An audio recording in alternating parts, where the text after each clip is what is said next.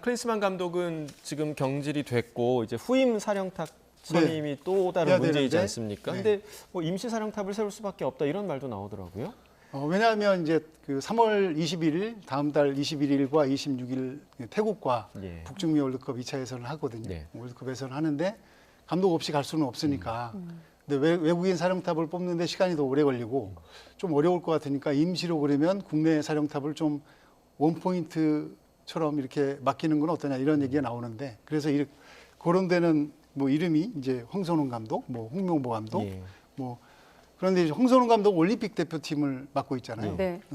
근데 4월 달에 23세 이하 아시안컵이 있는데 거기서 3등 안에 들어야 파리올림픽에 갑니다. 본선에 예. 아시아의 세 장이 있는데 그 4월 달 대회를 준비를 할 때 보통 A매치 기간에 황선홍 감독이 뭘 했냐면 대표팀 소집 의무 기간은 아니에요. 올림픽은. 그래서 K리그 팀 협조를 받아야 되고 협조를 받아서 가능한 선수만 데리고 많이 그 조직 훈련했단 말이에요. 예. 네. 그러니까 A매치 기간 때 올림픽 팀도 훈련한 거죠. 그래서 그러면 올림픽 팀에 4월 달에 바로 이제 마지막 그 예선이고 예. 올림픽을 가느냐 마느냐 그걸 준비해야 되는데 황선홍 감독한테 A매치를 또 맡긴다는 거는 두 마리 토끼를 어떻게 같이 잡으려는 부담이 있을 것 같고 예. 이제 홍명보 감독 같은 경우에는 이제 지도력 인정받았죠. 2시즌 연속 울산을 우승으로 했고 예. 네. 그리고 선수 장악력 문제도 있을 것이고 카리스마가 있고 그런데 이제 K리그 감독은 그러면 그렇게 쉽게 데려다 쓰고 또 이제 다시 가라 이렇게 그렇게 하는 감독이냐 하는 위치에 대한 질문을 해볼 필요가 있어요. 그리고 예. K리그 쉽게 본다는 거니까 결국 대표팀이 단단해지고 선수 점에 넓어지려면 K리그가 발전을 해야 되는데 K리그를 바라보고는 시각 그 자체가 어느 정도인지 협회가 그것도 이제 볼 수 있는 그 대목이고 축구 발전을 위해서 그러면 뭐 이제 그런 재해가 오면 홍명보 감독이나 울산 구단에서 대중적으로 결정을 해야 되겠죠. 어떻게 판단을 해서. 근데 무엇이 정말 대한민국 축구 발전을 위해서 최선이고 차선이냐 이건 반드시 묻고 넘어가야 되는 문제입니다. 예. 네, 홍명보, 황선홍 감독 등이 물망에 오르고 있지만 좀 여러 변수가 네. 있다는 말씀이신데 사실 이번 클린스만 감독 사례로 외국인 감독을 선택하기도 좀 쉽지 않을 것 같은데 아무튼 다시 선임 작업을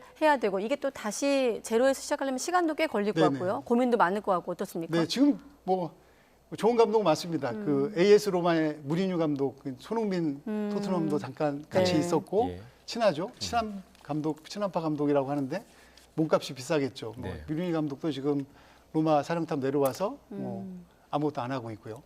그리고 늘 대표팀 할 때 이제 그 과거 엔리크의 후임으로 잠깐 스페인 대표팀 했던 그 모레노 감독이라고 스페인 감독인데 러시아 소치 지금 감독이거든요. 예. 그 감독도 계속 꾸준히 얘기 나왔었고 그런데 결국 외국인 감독 그 문제는 이름값보다 좀 그 실력이 있는 감독을 이 전력 강화 위원회도 새로 꾸려진다니까 거기서 좀 약간 정말 실력으로 한국 대표팀을 이끌어갈 그런 감독을 뽑았으면 좋겠고 그 전에 먼저 해야 될 것이 이제 그러면 대한민국은 어떤 축구를 할 건데 이걸 먼저 얘기를 해야죠.